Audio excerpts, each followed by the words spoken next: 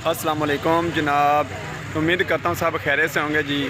मैं इस वक्त आया हूँ पठान चौक और यहाँ पर धूम इंटरनेशनल सर्कस लगी हुई है और मैं आपको उसके थोड़े से स्टेप दिखाऊंगा, तो आप लोगों ने देखने हैं।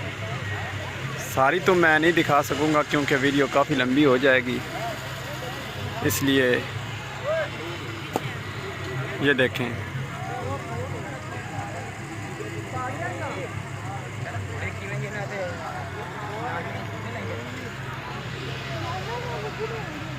ये घोड़े हैं, बहुत ही प्यारे हैं।